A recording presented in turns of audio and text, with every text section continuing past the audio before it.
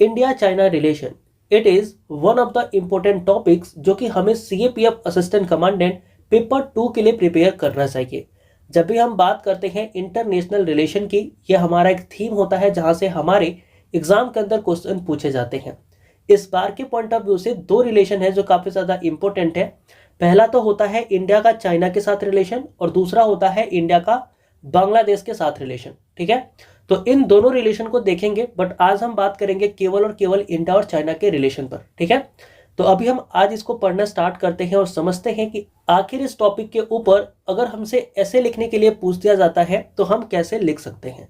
देखो, सबसे पहले जब भी आप ऐसे वगैरह लिखते हो तो आपको फॉर्मेट का पता होना चाहिए, और मुझे ऐसा लगता है कि फॉर्मेट के बारे में सभी को पता ही है कि हमें इंट्रोडक्शन लिखना होता है, देन बॉडी आती है और फिर उसके बाद कंक्लूजन आती है। अगर नहीं पता है तो आप प्लेलिस्ट में जाकर के हाउ टू प्रिपेयर पेपर 2 ये वाली प्लेलिस्ट देख लेना। इसके अलावा अगर आप ये वीडियो पहली बार देख रहे हो तो इसके पहले हमने 18 प्लस टॉपिक जो है ना वो ऐसे के अंदर करा रखे हैं, 8 टॉपिक हमने आर्ग्यूमेंट के अंदर करा रखे हैं और 2 टॉपिक जो है वो रिपोर्ट के अंदर करा रखे हैं। उनकी भी सेपरेट प्लेलिस्ट बनी हुई है, तो वहां से भी जाके आप उन वीडियो को एक बार कवर कर सकते हैं। बट आज हम पढ़ेंगे इंडिया चाइना रिलेशन, तो इसको देखते हैं। देखो, इंडिया और चाइना का जो रिलेशन है ना वो हिस्टोरिकली अगर आप देखोगे तो काफी ज्यादा कॉम्प्लेक्स रहा है। कॉम्प्लेक्स इन द सेंस कि ये जो हमारा रिलेशनशिप है ना बिटवीन द बोथ नेशन, ये बहुत ज्यादा अच्छा भी नहीं रहा और बहुत ज्यादा खराब भी नहीं रहा। कभी बहुत ज्यादा अच्छा था तो कभी बहुत ज्यादा खराब भी रहा, इसीलिए हम इसको कॉम्प्लेक्स रिलेशनशिप कहते हैं बिटवीन द टू कंट्री। अगर आप देखोगे तो यहाँ पर हमें कॉपरेशन एंड कन्फ्रंटेशन दोनों ही देखने को मिलती है। इन अ रिसेंट ईयर अगर आप देखोगे तो जो हमारा रिलेशनशिप है ना उसके अंदर क्या पता लगता है कि बहुत सारे हिस्टोरिकल इंटरेक्शन हुए हैं, टेरिटोरियल डिस्प्यूट हुए हैं और इकोनॉमिक एंगेजमेंट के साथ साथ स्ट्रेटेजिक कंपटीशन भी हुआ है। यानी कि अगर आप देखोगे तो मैं ये कहना चाह रहा हूं कि जो इंडिया और चाइना का रिलेशन है ना वह हिस्टोरिकली काफी ज्यादा कॉम्प्लेक्स रहा है। कॉम्प्लेक्स क्यों रहा है? क्योंकि कई बार हमें यहाँ पर कॉपरेशन भी दोनों देशों के बीच में देखने को मिली है और उसके साथ साथ कन्फ्रंटेशन भी देखने को मिली है। मतलब कि दोनों ही देश कभी एक साथ मिलकर काम करते हैं तो कभी लड़ भी जाते हैं। इन अ रिसेंट ईयर, यानी कि अगर आप कुछ सालों के अंदर देखोगे तो क्या पता लगेगा कि जो हमारा ये रिलेशनशिप है ना इंडिया और चाइना का, ये हिस्टोरिकली कैसा कॉम्बिनेशन दिखाता है कि हिस्टोरिकली हम इनके साथ कभी इंटरेक्ट भी करते हैं तो कभी टेरिटोरियल डिस्प्यूट के वजह से कन्फ्रंट भी करते हैं, कभी इकोनॉमिक एंगेजमेंट भी करते हैं तो कभी स्ट्रेटेजिक कंपटीशन भी करते हैं। तो इट सोच के जो हमारा रिलेशन है ना वो काफी ज्यादा कॉम्प्लेक्स है। अगर आप देखोगे तो आपको पता लगेगा कि multifaceted nature of India China relation make it one of the most significant bilateral relationship in the contemporary Asia. कहने का मतलब क्या है कि ये जो हमारा मल्टीफेसेटेड नेचर है ना इंडिया चाइना रिलेशन का, ये इस रिलेशन को पूरे के पूरे जो हमारा एशिया है उसका one of the most significant bilateral relationship इसे बनाता है। तो इंट्रोडक्शन में हमने ये देखा कि देखो भारत और चाइना का जो रिलेशन है वो काफी ज्यादा कॉम्प्लेक्स है, क्योंकि यहाँ पर हमें कॉपरेशन भी दिखाई पड़ता है और साथ में कन्फ्रंटेशन भी दिखाई पड़ता है। जब हम बात करते हैं पिछले कुछ सालों की तो हमें पता लगता है कि हमने हिस्टोरिकली इंटरेक्ट भी किया है दोनों देशों ने एक दूसरे के साथ, तो इनके लिए आपको पता लगेगा कि इनके टेरिटोरियल डिस्प्यूट भी हुए हैं, इकोनॉमिक एंगेजमेंट भी हुए हैं, लेकिन उसके साथ साथ स्ट्रेटेजिक कंपटीशन भी रहा है। अभी जो मल्टीफेसेटेड नेचर है इंडिया चाइना रिलेशन का, ये पूरे के पूरे एशिया के अंदर one of the most significant bilateral relationship बनता है। अब देखो, अगर हम बात करते हैं कि आखिर हिस्टोरिकल बैकग्राउंड क्या है हमारे इंडिया चाइना रिलेशन का, तो हमें क्या पता लगेगा? हमें पता लगेगा कि इंडिया और चाइना जो है ना, ये इनकी जो सिविलाइजेशन है, इनका जो कल्चरल है वो काफी ज्यादा एक दूसरे से मिला जुला है। कैसे मिला जुला है? अगर आप देखोगे तो भारत के अंदर क्या होता है, बुद्धिज्म क्रिएट होता है, बुद्धिज्म की फाउंडेशन होती है, और यही बुद्धिज्म क्या होता है बेसिकली हमारे चाइना के अंदर फैलता है। यानी कि अगर आप देखोगे तो इंडिया और चाइना डीपली कनेक्टेड है एक दूसरे के साथ। जब आप बात करते हो स्प्रेड ऑफ बुद्धिज्म जो कि भारत से निकल करके चाइना के अंदर फैला, और इसके साथ साथ जो एंशियंट ट्रेड थे जहां पर हम सिल्क रूट का इस्तेमाल करते थे बहुत शताब्दियों तक, जो हमारे पहले रहे हैं साल उनमें, तो इन सिल्क रूट के वजह से और ये जो हमारा बुद्धिज्म है इसके वजह से जो यहाँ का सिविलाइजेशन है वो भारत के कल्चर से काफी ज्यादा एक दूसरे को लिंक करते हैं। अगर आप देखोगे तो मॉडर्न रिलेशनशिप जो है ना वो कई बार जियोपॉलिटिकल फैक्टर्स की वजह से बदलते भी हैं। आप अगर देखोगे तो पता लगेगा कि इंडिया जो है वो इंडिपेंडेंस हुआ था 1947 में, और इसने उसी टाइम पर जो हमारा चाइना है ना, उसने क्या किया था, पीपल्स रिपब्लिक ऑफ चाइना 1949 में बना था। भारत कब आजाद हुआ, 1947 में, और चाइना जो है वो आजाद होता है, आप बोल सकते हो 1949 में। एंड उस टाइम पर दोनों ही कंट्री जो है ना, वो इनिशियली एक दूसरे के साथ रिलेशनशिप बनाती है, और ये रिलेशनशिप कैसा होता है, कॉर्डियल होता है, काफी मित्रता पूर्वक होता है। India was among the first country जिसने इसको क्या किया, पहली बार जो पीआरसी है यानी कि पीपल्स रिपब्लिक ऑफ चाइना की डिप्लोमेसी है, इसको पहली बार रिकॉग्नाइज किया और इनके साथ अपने रिलेशनशिप बनाने स्टार्ट किए। उस टाइम पर आपको याद भी होगा कि जो इंडिया है उसने एक स्लोगन भी दिया था, जो कि था हिंदी चीनी भाई भाई, और ये जो स्लोगन है वो रिफ्लेक्ट करता है कि हमारी जो दोस्ती थी ना वो ऑप्टिमिज्म थी, और हम इनके लिए सोलिडारिटी के साथ इनके साथ खड़े हुए थे। तो ये हमारा हिस्टोरिकल बैकग्राउंड है जो कि आप देख सकते हो। उसमें हमें पता लगता है कि जो इंडिया और चाइना है ना, इनकी सिविलाइजेशन एक दूसरे के साथ काफी ज्यादा मिली जुली है, क्योंकि यहाँ पर बुद्धिज्म स्प्रेड हुआ जो कि इंडिया से ही हुआ है। एंड इसके साथ साथ जो इंडिया के ट्रेड है वो हमारे सिल्क रूट से होते रहे हैं, और इस सिल्क रूट के वजह से हमने क्या करा है, चाइना के साथ एक अच्छा रिलेशनशिप पहले से भी देखा है। हालांकि जब हम मॉडर्न रिलेशनशिप की बात करते हैं तो हमें पता लगता है कि जो हमारा इंडिया है ना वो 1947 में आज़ाद होता है, और जो हमारा चाइना है उसके अंदर पीपल्स रिपब्लिक ऑफ चाइना जो है वो 1949 के अंदर क्रिएट होता है। अब इस टाइम पर दोनों ही देश एक दूसरे के साथ कॉर्डियल रिलेशनशिप मेंटेन करते हैं, जहां पर पहली बार भारत क्या करता है, जो चाइना की डिप्लोमेसी है इसको एक्नॉलेज करता है। एंड इसके बाद देखोगे तो भारत की तरफ से हिंदी चीनी भाई भाई का एक स्लोगन भी दिया गया, जो कि भारत के ऑप्टिमिस्टिक फ्रेंडशिप को क्या करता है, दिखाता है। अब यहाँ पर क्या होता है, अगर आप देखोगे तो इतनी अच्छी दोस्ती होने के बावजूद भी जो टेंशन्स है ना वो भारत और चाइना के बीच में हमेशा से रहे हैं। अगर आप देखोगे तो पर्टिकुलरली इन द अक्साई चीन एंड द अरुणाचल प्रदेश, जिसको हम नेफा कहते हैं। अब ये देखो, जो हमारा अक्साई चीन है और अरुणाचल प्रदेश वाला एरिया है, उन एरिया को लेकर के, टेरिटोरियल क्लेम को लेकर के इन दोनों ही देशों के बीच में जो हमारी प्रॉब्लम रही है वो यहाँ पर देखने को मिलती है। अब ये जो डिस्प्यूट है ना, इसने क्या कर दिया कि जो इंडिया और चाइना का रिलेशनशिप था ना उसको कल्मिनेट कर दिया, मतलब कि खत्म कर दिया। और इस टाइम पर हमें एक वॉर देखने को मिलता है जिसे हम बोलते हैं साइनो इंडिया वॉर। अब देखो, साइनो इंडियन वॉर मतलब क्या होता है, जो चाइना के साथ हमने लड़ाई लड़ी थी ना उसी का नाम है साइनो इंडिया वॉर। और ये साइनो इंडियन वॉर जो है ये 1962 में लड़ी गई। तो अभी हमें क्या पता लगा, अगर आप देखोगे तो हमें ये पता लगा कि इतनी अच्छी हिस्ट्री होने के बावजूद भी इंडिया और चाइना जो है ना, इनके बीच में हमें टेंशन देखने को मिलती है। टेंशन क्यों देखने को मिलती है, क्योंकि जो अक्साई चाइना वाला पार्ट है और जो अरुणाचल प्रदेश वाला पार्ट है, वहां पर जो टेरिटोरियल क्लेम है, इन सब क्लेम को लेकर के दोनों ही कंट्री के बीच में जो वॉर है वो स्टार्ट हो गई थी 1962 में, और ये जो दोस्ती है वो कल्मिनेट हो जाती है। अब इसका लॉन्ग इफेक्ट अगर आप देखोगे तो हमारे बायलैटरल रिलेशन पर भी पड़ता है, और इसके वजह से जो रिलेशनशिप है दोनों ही कंट्री के बीच में वो खत्म हो जाती है। आपको पता लगेगा कि जो चाइना की विक्ट्री है ना, यानी कि इस वॉर में चाइना की जो विक्ट्री है उसने भारत के अंदर, मतलब भारत के लिए बोल सकते हो कि मिसट्रस्ट क्या कर दिया, क्रिएट कर दिया, और भारत ने चाइना पर विश्वास करना छोड़ दिया। और ये चीजें काफी सालों तक ऐसे ही रही, यानी कि भारत चाइना पर विश्वास फिर नहीं करता था। सब्सिक्वेंट डिकेड में अगर आप देखोगे तो एक कॉशियस एंगेजमेंट जो है वो दोनों ही कंट्री के बीच में देखने को मिली है, with China and India gradually expanding diplomatic and economic context despite lightning the strategic distrust. अब देखो, ये जो हमारा स्ट्रेटेजिक डिस्ट्रस्ट है वो अभी भी है। ऐसा नहीं है कि हम चाइना पर बिल्कुल विश्वास करते हैं, लेकिन फिर भी पिछले कुछ दशकों में अगर हम देखें तो भारत और चाइना ने क्या किए हैं, आपस में अपनी डिप्लोमेसी बढ़ानी स्टार्ट कर दी है, और आपस में इनके जो इंगेजमेंट है वो भी हमें दिखाई पड़ता है, चाहे तो हम डिप्लोमेटिक वे में बात करें या तो इकोनॉमिक वे में बात करें। तो यह हमारा हिस्टोरिकल बैकग्राउंड है जो कि आप लिख सकते हो। तो आई होप अभी तक जो हमने इंट्रो पढ़ा और जो हिस्टोरिकल बैकग्राउंड पढ़ा दोनों ही क्लियर रहा होगा। देखो, इंट्रोडक्शन वापस से बताता हूँ, ध्यान से सुनना कि भारत और चाइना का जो रिलेशन है वो काफी ज्यादा कॉम्प्लेक्स रहा है, जो कि हमें कॉपरेशन और कन्फ्रंटेशन दोनों ही दिखने को मिलता है। जब हम बात करते हैं पिछले कुछ सालों की तो पता लगता है कि इन दोनों के रिलेशनशिप के अंदर हिस्टोरिकल इंटरेक्शन भी रहे हैं, तो टेरिटोरियल डिस्प्यूट भी रहे हैं, इकोनॉमिक एंगेजमेंट रहा है, तो स्ट्रेटेजिक कंपटीशन भी रहा है। इन्हीं सब चीजों की वजह से इनके रिलेशनशिप जो है वो बने भी हैं और खराब भी हुए हैं। Multifaceted nature of India China relationship जो है ना, वो one of the most important relationship है in the contemporary Asia.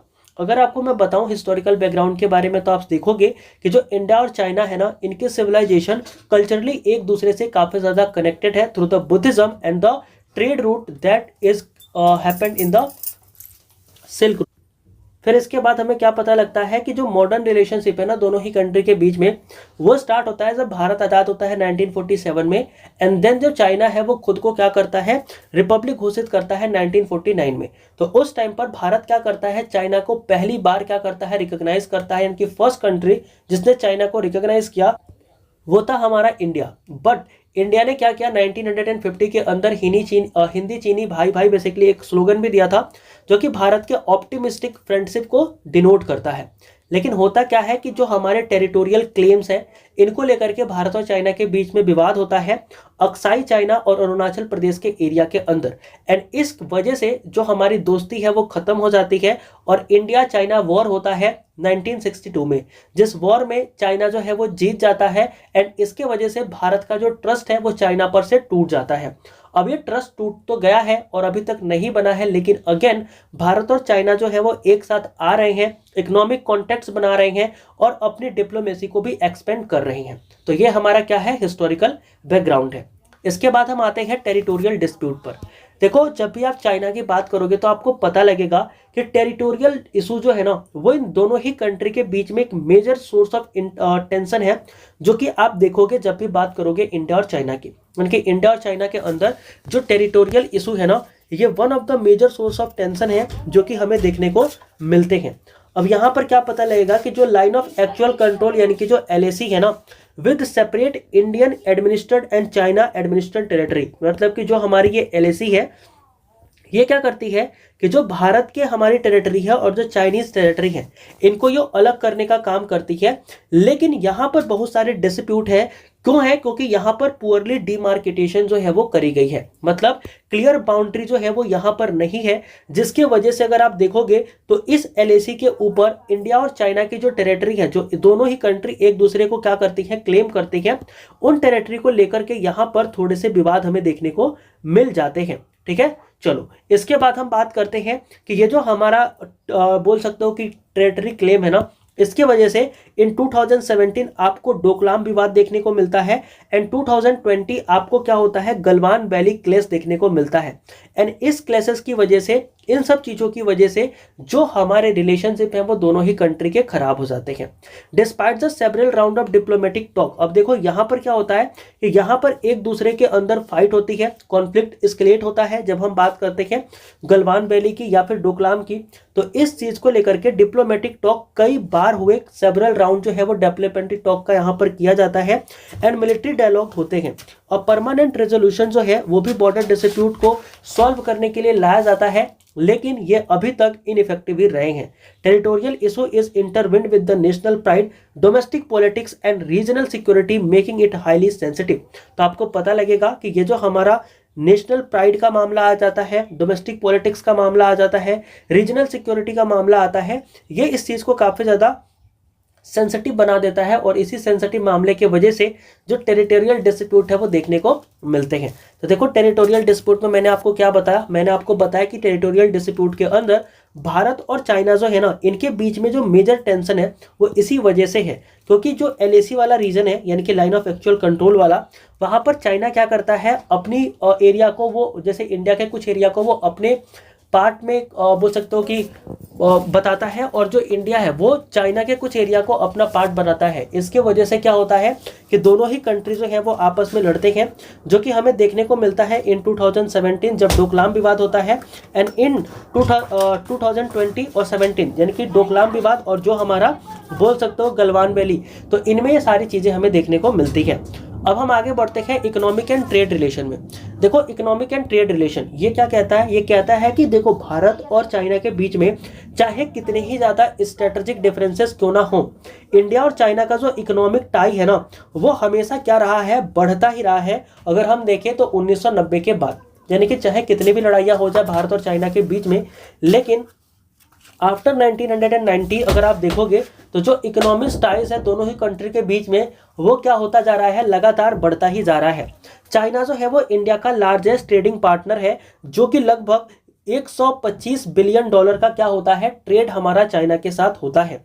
India की अगर मैं बात करूं तो इंडिया चाइना के अंदर से इंपोर्ट करता है इलेक्ट्रॉनिक्स को, मशीनरी को, यानी कि कोई इलेक्ट्रॉनिक वाला सामान हो गया वो हम चाइना से खरीदते हैं, मशीनरी खरीदते हैं, और केमिकल्स हम क्या करते हैं, चाइना से खरीदते हैं।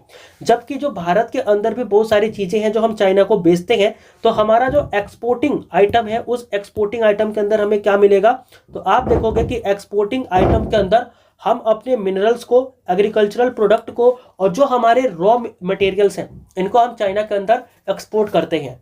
ठीक है, तो यहां पर हमें यह पता लगता है कि चाहे कितने ही डिफरेंसेस को ना रहे हो भारत और चाइना के बीच में, तो यहां पर 1990 के बाद से दोनों ही कंट्री ने अपने जो इकोनॉमिक ट्रेड है ना, इस रिलेशन को हमेशा बढ़ाया ही है।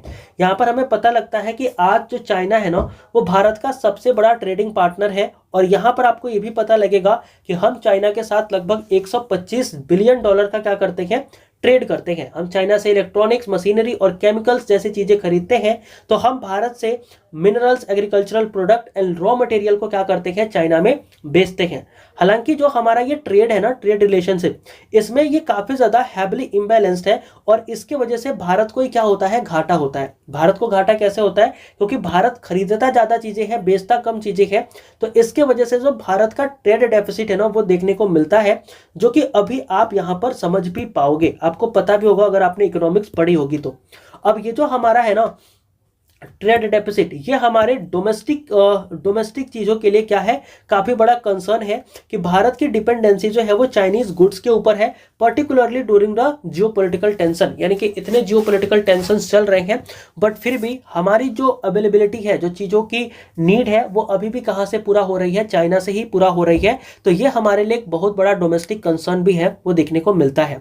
आपको यहां पर पता लगेगा जब आप इकोनॉमिक्स एंड ट्रेड रिलेशन की ही बात करते हो, तो ये दोनों की दोनों कंट्री जो है ना वो मल्टीलेटरल फोरम में कई बार एक दूसरे के साथ क्या करती है, कोऑपरेट भी करती है। जैसे कि ब्रिक्स हो गया, संघाई कोऑपरेशन हो गया, जो G20 हमारे मिशंस हो गए, तो G20 की मीटिंग हो गई, SCO की मीटिंग हो गई, ब्रिक्स की मीटिंग हो गई। इन मीटिंग के अंदर ये दोनों ही कंट्री क्या करते हैं, एक दूसरे के साथ कोलैबोरेशन भी दिखाते हैं, और जब बात होती है इकोनॉमिक ग्रोथ की और डेवलपमेंट गोल की, तो उस टाइम पर दोनों ही कंट्री एक दूसरे के साथ खड़े भी होते हैं।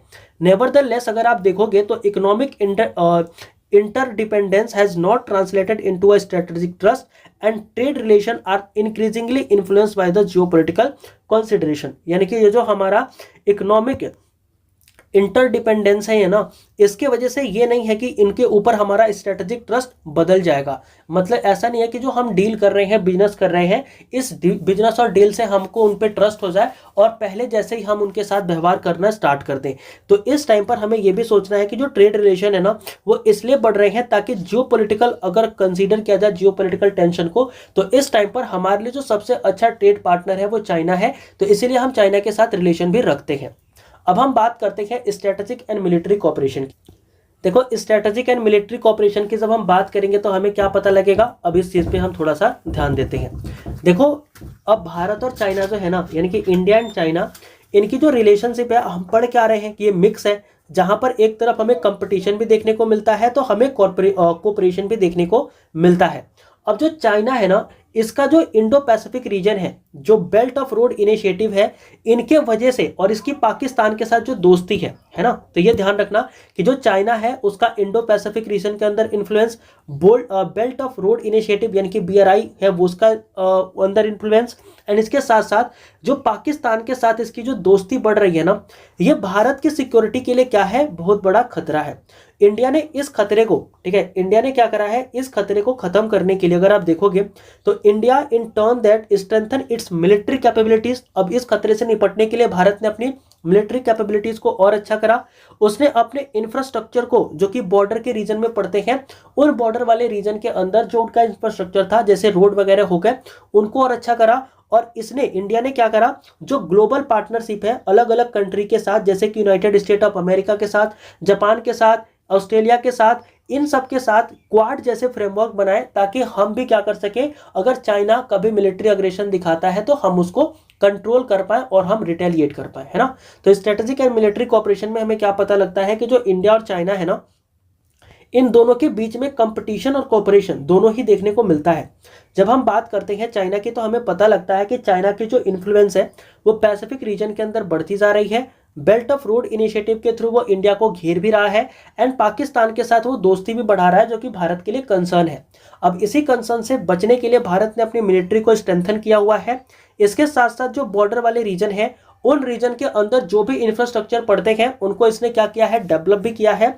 और कई सारी जो इंटरनेशनल फोरम वाली कंट्रीज हैं, जैसे कि यूएसए हो गया, जापान हो गया, ऑस्ट्रेलिया हो गया, इनके साथ क्वाड जैसा फ्रेमवर्क भी बनाया है, ताकि अगर कल को चाइना अग्रेशन दिखाता है तो वो इनके साथ मिलकर के चाइना को न्यूट्रलाइज कर सके। अब इसके अलावा अगर देखोगे तो पता लगेगा कि 2020 में जो गलवान वैली क्लैश हुआ था ना, इस क्लैश ने क्या किया, एक सीरियस डिटोरेशन जो है इस बायलैटरल ट्रस्ट के ऊपर वो इंपोज कर दिया, जिसके वजह से दोनों ही मिलिट्री ने क्या करा है, कई महीनों तक वहां पर क्या हुए, मिलिट्री स्टैंड अप हुए। ठीक है, मिलिट्री एक दूसरे के सामने खड़ी रही। बोथ ऑफ द साइडेड, मतलब दोनों ही साइड, जो चाइना है और इंडिया है, अपनी मिलिट्री ट्रूप के डिप्लॉयमेंट जो है वो ज्यादा कर दी। और आज भी आपको क्या है कि वहां पर इस बॉर्डर टेंशन की वजह से जो हमारा बोल सकते हो कि फोर्स एलोकेशन है, उसके अंदर जो डिप्लॉयमेंट है वो हमें काफी ज्यादा देखने को मिलता है दोनों ही साइड में। और बढ़ती हुई वहां पर फोर्सेस ये दिखाती हैं कि जो हमारा चाइना और इंडिया है ना, इनके बीच में म्यूचुअल सस्पिशन है। अभी भी दोनों देश एक दूसरे के ऊपर भरोसा नहीं करते हैं अपने के लिए, मतलब कभी लड़ाई वड़ाई हो जाए इसके लिए पहले से दोनों ही देश एक दूसरे के लिए प्रिपेयर्ड है, जो कि हमारी डिप्लोमेसी के लिए क्या है, कॉशियस है, सावधानी जो है वो दिखाती है। अब देखो, ये था हमारा स्ट्रेटेजिक एंड मिलिट्री कोऑपरेशन, जो कि आप लिख सकते हो। अब हम बात करते हैं culture and people to people exchange की बात करते हैं। ठीक है, अब देखो, culture and people to people exchange में पता लगेगा कि चाहे कितने भी पॉलिटिकल टेंशन हो, लेकिन जो भारत का कल्चर है ना और जो चाइना का कल्चर है, वो दोनों ही कल्चर एक दूसरे कंट्री के अंदर क्या होते हैं, फॉलो किए जाते हैं। अगर आप देखोगे तो जैसे टूरिज्म हो गया, एकेडमिक एक्सचेंज हो गया, या फिर जो कल्चरल डिप्लोमेसी हो गया, ये म्यूचुअल अंडरस्टैंडिंग के साथ आज भी दोनों देशों के अंदर क्या हो रही है, बढ़ती जा रही है, मतलब कि फोस्टर होता जा रहा है। इंडिया का जो एंशियंट हेरिटेज है, जैसे कि योगा हो गया और बुद्धिज्म हो गया, ये क्या करता है, चाइना के अंदर काफी ज्यादा इंटरेस्ट क्रिएट करता है। और चाइनीज जो लोग हैं वो बुद्धिज्म के अंदर, योगा के अंदर काफी ज्यादा इन्वॉल्व है। वहीं दूसरी तरफ देखोगे तो भारत के अंदर भी कई सारे स्कॉलर हैं जो कि चाइनीज लैंग्वेज को, चाइनीज कल्चर को काफी अच्छे से सीखते हैं और जानने की कोशिश भी करते हैं। हालांकि ये जो एक्सचेंजेस है ना, ये काफी ज्यादा वल्नरेबल भी होते हैं टू द पॉलिटिकल फ्लक्चुएशंस, यानी कि कई बार पॉलिटिक्स की वजह से जब लड़ाई होती है एक दूसरे में, तो इस तरीके की चीजें काफी ज्यादा फ्लक्चुएट भी कर जाती है। As the border tension and the national sentiment often depend the bilateral integration, जिसके वजह से जो बायलैटरल इंटीग्रेशन है वो हमें देखने को मिलता है। तो देखो, जब हम बात करते हैं cultural and people to people exchange में, तो पता लगता है कि देखो कि चाहे कितने भी पॉलिटिकल टेंशन क्यों ना हो, लेकिन जो हमारे इंडिया और चाइना के लोग हैं ना, इनके बीच का जो कल्चर है वो काफी ज्यादा एक दूसरे से एक्सचेंज होता रहता है। जब हम बात करते हैं टूरिज्म से लेकर के एकेडमिक एक्सचेंज की, या फिर हम बात करते हैं कल्चरल डिप्लोमेसी की, तो ये म्यूचुअल अंडरस्टैंडिंग के साथ काफी ज्यादा बढ़ता भी रहा है, फोस्टर होता रहा है। आपको पता लगेगा कि जो भारत के हेरिटेज है ना, जैसे कि योगा हो गया, बुद्धिज्म हो गया, इसके अंदर जो चाइनीज लोग हैं उनका काफी ज्यादा इंटरेस्ट है। एंड द सेम वे जो चाइनीज लैंग्वेज है, चाइनीज कल्चर है, इस कल्चर के अंदर भारत के जो लोग हैं वो काफी ज्यादा इंटरेस्टेड है और वो इसे सीखने की कोशिश करते हैं। अब हम बात करते हैं इन्वायरमेंट एंड ग्लोबल कोऑपरेशन की। देखो, इन्वायरमेंट एंड ग्लोबल कोऑपरेशन की जब आप बात करोगे तो आप क्या लिख सकते हो, आप लिख सकते हो कि बोथ, यानी कि इंडिया एंड चाइना दोनों ही क्या होते हैं, most of the time same challenges face करते हैं regarding the climate change, environment degradation and the sustainable development. तो जब बात होती है इन्वायरमेंट की या ग्लोबल कोऑपरेशन की, तो वहां पर जो दोनों ही कंट्री हैं, चाहे वो इंडिया हो जाए या चाइना हो जाए, दोनों ही सेम प्रॉब्लम फेस करती हैं, जैसे कि क्लाइमेट चेंज हो गया, इन्वायरमेंट डिग्रेडेशन हो गया, या फिर सस्टेनेबल डेवलपमेंट हो गया। तो इसके वजह से होता क्या है कि a major emits of the greenhouse gases they have controlled in the forums like UN climate negotiation, sharing technology and partnershiping in a joint initiative. अब देखो, ये जो हमारे मेजर प्रॉब्लम है, जैसे कि जिनके वजह से ग्रीन हाउस गैसेस रिलीज होती है, इसको लेकर के यूएन के अंदर जो दोनों ही कंट्री है ना, वो एक साथ क्या करती है, क्लाइमेट नेगोशिएशन करती है, टेक्नोलॉजी शेयर भी करती हैं और पार्टिसिपेशन भी दिखाती हैं ज्वाइंट इनिशिएटिव के अंदर। इसके अलावा आपको पता लगेगा कि as a permanent member of UN security council both countries cooperate on a issue like counter terrorism, global governance and multilateralism, reflecting the potential for the collaboration despite the bilateral tension. मतलब इसका ये है कि जो हमारी ये India और China है ना, इसमें चाइना परमानेंट मेंबर है किसका, यूएन का, यानी कि यूनाइटेड नेशन सिक्योरिटी काउंसिल का। इसके वजह से क्या होता है कि जो बोथ ऑफ द कंट्रीज है ना, वो क्या करती हैं, काउंटर टेररिज्म जैसे ऑपरेशन के अंदर कोऑपरेट करती हैं, ग्लोबल गवर्नेंस के अंदर कोऑपरेट करती हैं और मल्टीलैटरलिज्म के अंदर भी क्या करती है, कोऑपरेट करती हैं। तो इसके वजह से हमें दिखाई ये भी पड़ता है कि जब बात इन्वायरमेंट की आती है, ग्लोबल कोऑपरेशन की भी आती है, तो वहां पर जो इंडिया और चाइना है वो दोनों एक दूसरे के साथ खड़े होते हैं और जो इनके कॉमन प्रॉब्लम है जैसे कि क्लाइमेट चेंज, इन्वायरमेंट या फिर सस्टेनेबल डेवलपमेंट, इसके अलावा चाहे तो टेररिज्म हो जाए, चाहे तो आपका बोल सकते हो कि क्लाइमेट चेंज वगैरह हो जाए, इन सब चीजों को लेकर के दोनों ही देश एक दूसरे के साथ प्रॉपर तरीके से सहयोग करते हैं और काम भी करते हैं। नेक्स्ट हमारा आता है, अब देखो यहां पर वो पॉइंट है जो कि आप लिख सकते हो अपने ऐसे के अंदर। ये बेसिकली क्या था, ये था कि आप समझो इस टॉपिक को, जब आप इस टॉपिक को समझ लोगे देन आपके पास कंटेंट की कमी नहीं होगी। अगर आपने समझ लिया तो अब आता है लिखने की बारी कि आपको लिखना क्या है। आपको लिखना है इन 5 पॉइंट को जब भी आप ऐसे लिखोगे। कौन कौन से 5 पॉइंट जो इंडिया और चाइना के बीच के रिलेशनशिप के बीच में चैलेंजेस क्रिएट करते हैं। सबसे पहला तो बॉर्डर डिस्प्यूट, पढ़ के आ रहे हैं कि जो हमारा एलएसी है, एलएसी के पास जो हमारे बॉर्डर के डिस्प्यूट है वो हमें दिखाई पड़ते हैं, जो कि दोनों ही कंट्री के बीच में क्या करते हैं, टेंशन क्रिएट करते हैं। फिर आती है स्ट्रेटेजिक राइवलरी। आपने देखा कि जो चाइना है वो बेल्ट ऑफ रोड इनिशिएटिव ला रहा है, पैसिफिक के अंदर अपनी और इंडो पैसिफिक के अंदर वो अपनी प्रेजेंस को बढ़ाता जा रहा है एंड इसके साथ साथ वो पाकिस्तान के साथ भी थोड़े अच्छे रिलेशन बना रहा है, जो कि इंडिया के लिए काफी ज्यादा खतरनाक है एक तरीके से। तो इस चीज को आप बोल सकते हो कि स्ट्रेटेजिक राइवलरी है, जिसके वजह से भारत ने क्या किया है, भारत ने भी इस चीज का विरोध करने के लिए क्वाड जैसी ग्रुपिंग जो है वो बनाई है। फिर आते हैं ट्रेड इम्बैलेंस। अब सभी को पता है कि भारत और चाइना के बीच में जो ट्रेड होता है वो काफी ज्यादा भारत के पक्ष से अगर देखा जाए तो ट्रेड डिफिसिट ही है। क्यों? क्योंकि इंडिया जो है वो इंपोर्ट ज्यादा करता है, एक्सपोर्ट कम करता है, और जो हम इंपोर्ट करते हैं उसमें टेक्नोलॉजी है, इकोनॉमिक्स और टेक्नोलॉजी है, इसके अलावा इलेक्ट्रॉनिक्स है, एंड इसके अलावा अगर आप देखोगे तो और भी बहुत सारी चीजें हैं जिनकी वजह से हमारे कंट्री के अंदर हमारी जासूसी करी जा सकती है, एंड इसके अलावा और भी बहुत सारी प्रॉब्लम हम फेस कर सकते हैं। फिर आता है डेमोक्रेटिक पॉलिटिक्स एंड नेशनलिज्म। अब देखो यहाँ पर क्या है कि जो दोनों ही कंट्री है ना, दोनों ही कंट्री के अंदर जो कंप्रोमाइज है ना वो काफी ज्यादा डिफिकल्ट हो जाता है। क्यों हो जाता है? क्योंकि दोनों ही कंट्री का जो टेरिटोरियल इशू है ना वो सामने आता है, और टेरिटोरियल इशू का मतलब क्या है कि जमीन। और अगर मान लो किसी कंट्री का टेरिटरी का मामला है ना, तो उस मामले को सुलझा पाना बहुत ज़्यादा डिफिकल्ट होता है, क्योंकि अगर किसी भी गवर्नमेंट को अगर ये काम करना है तो अगर थोड़ा सा भी ऊपर नीचे हुआ तो फिर उसकी सरकार जा सकती है, एंड इसके वजह से ये जो टेंशन है ना वो उतने अच्छे तरीके से डील नहीं हो पाती। फिर हमारे पास आता है जियोपॉलिटिकल अलाइनमेंट। अब देखो जियोपॉलिटिकल अलाइनमेंट में क्या है कि जो इंडिया है वो थोड़ा बहुत अब यूएस के साथ क्या हो रहा है, जाता जा रहा है। मतलब यूएस के साथ इंडिया की दोस्ती होती जा रही है, जैसे क्वाड जो है वो बनते जा रहे हैं, जो कि चाइना का जो रीजनल एम्बिशन है उसको इंक्रीज करने से रोक सके। तो ये एक प्रॉब्लम क्रिएट करता है दोनों के रिलेशनशिप के बीच में, क्योंकि चाइना का यूएसए के साथ नहीं बनता और इंडिया जो है, या फिर बोल सकते हो कि यूएसए जो है वो इंडिया को अपना दोस्त बनाना चाह रहा है। तो that is the thing which is happening there. ठीक है, अब हम बात करते हैं अपॉर्चुनिटीज कौन कौन सी है जहां पर दोनों ही कंट्री एक दूसरे के साथ कोऑपरेट कर सकती है। इसमें पता लगेगा ट्रेड एंड इन्वेस्टमेंट। देखो ट्रेड और इन्वेस्टमेंट वो अपॉर्चुनिटी है जहां पर दोनों ही कंट्री क्या कर सकती है, एक दूसरे को कोऑपरेट कर सकती है। देखो हम दोनों ही क्या कर सकते हैं, इंडिया और चाइना बैलेंस ट्रेड को एक्सपेंड कर सकते हैं, इंफ्रास्ट्रक्चर में इन्वेस्ट कर सकते हैं और ज्वाइंट वेंचर टेक्नोलॉजी भी ला सकते हैं, जिसकी वजह से जो हमारे कॉमन प्रॉब्लम है जैसे कि सस्टेनेबल डेवलपमेंट गोल हो जाए, क्लाइमेट चेंज हो जाए, या फिर जो हमारे टेररिस्ट वाला प्रॉब्लम है ये भी सॉल्व हो जाए, तो उसके लिए दोनों ही कंट्री एक दूसरे के साथ काम कर सकते हैं। फिर आता है क्लाइमेट चेंज एंड इन्वायरमेंट। देखो क्लाइमेट चेंज एंड इन्वायरमेंट के अंदर रिन्यूएबल एनर्जी प्रोजेक्ट के अंदर दोनों ही कंट्री एक दूसरे के साथ काम कर सकती है। वाटर मैनेजमेंट के ऊपर दोनों ही कंट्री एक दूसरे के साथ काम कर सकती है। एंड इसके अलावा रिन्यूएबल एनर्जी हो गया, वाटर मैनेजमेंट हो गया, एंड जो इमिशन हो गया ना कार्बन का, उसका रिडक्शन के लिए दोनों ही कंट्री एक दूसरे के साथ काम कर सकती है। फिर आता है मल्टीलैटरल कोऑपरेशन, यानी कि जैसे ब्रिक्स हो गया, एससीओ हो गया, यूएन हो गया, इन दोनों के अंदर दोनों ही कंट्री एक दूसरे के साथ रीजनल स्टेबिलिटी और ग्लोबल गवर्नेंस को लेकर के काम कर सकते हैं। फिर आता है कल्चरल डिप्लोमेसी। अब देखो भारत के लोग जो हैं वो चाइना में जाएं, टूरिज्म करें, चाइना के लोग इंडिया में आए, एजुकेशन प्रमोट हो, कल्चरल एक्सचेंज हो, तो इसके वजह से एक दूसरे के ऊपर ट्रस्ट बनेगा। ये ट्रस्ट के वजह से क्या होगा कि जो वापस से रिलेशनशिप है वो अच्छे हो जाएंगे। तो ये हमारे अपॉर्चुनिटीज हैं जहां पर हम कोऑपरेशन दिखा सकते हैं। अब कंक्लूजन में क्या है, आप देख ही सकते हो कि इंडिया और चाइना का जो रिलेशन है वो कॉम्प्लेक्स रहा है, क्योंकि बहुत सारे डिस्प्यूट हमें देखने को मिले हैं टेरिटोरियल इश्यू को लेकर के, इकोनॉमिक इंटरडिपेंडेंस हो गए, इंटरडिपेंडेंस को लेकर के, और स्ट्रेटेजिक कंपटीशन को लेकर के। अब ये जो टेंशन है ना, ये बॉर्डर के ऊपर है, सिक्योरिटी कंसर्न है, इसलिए ज़्यादा से ज़्यादा चैलेंजेस जो है वो क्रिएट भी करते हैं।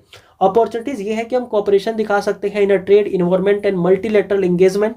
Managing the relationship require diplomatic prudence, strategic foresightness, and balanced approach for the safeguard national interest while promoting the regional stability. As two Asian most influential power, India and China must navigate path of cautious engagement and ensuring the competition। वही है कि दोनों ही हैं जो Asia के बड़े से बड़े कंट्री हैं, और इन दोनों को क्या करना चाहिए, आपस में कॉपरेशन दिखाना चाहिए, और कॉपरेशन दिखा के चीज़ों को सही से रखना चाहिए, करना चाहिए। तो दैट वाज द ऐसे जो कि हमने देखा। आई टुक योर 30 मिनट्स, बट ठीक है, ये जो आपके 30 मिनट्स हैं, अगर एग्जाम में क्वेश्चन पूछा जाता है इंडिया चाइना से रिलेटेड तो आप जरूर कुछ ना कुछ लिख कर के आओगे। इंटरनेशनल रिलेशन से भी पूछा जाता है तो आपको ये हेल्प करेगा। एंड चाइना से अगर कुछ और भी क्वेश्चन पूछे जाते हैं मिलिट्री रिलेटेड तो भी आप अच्छे से लिख करके आओगे, ठीक है ना। तो दैट वन सिंगल वीडियो जो कि आप अभी देख रहे हो will definitely will help you in your CAPF exam. So I hope and I believe this video will very useful for you. If you find it useful, then please do like the video, do share it with your friend and do subscribe the channel. So मिलते हैं next video में, तब तक के लिए सभी को जय हिंद।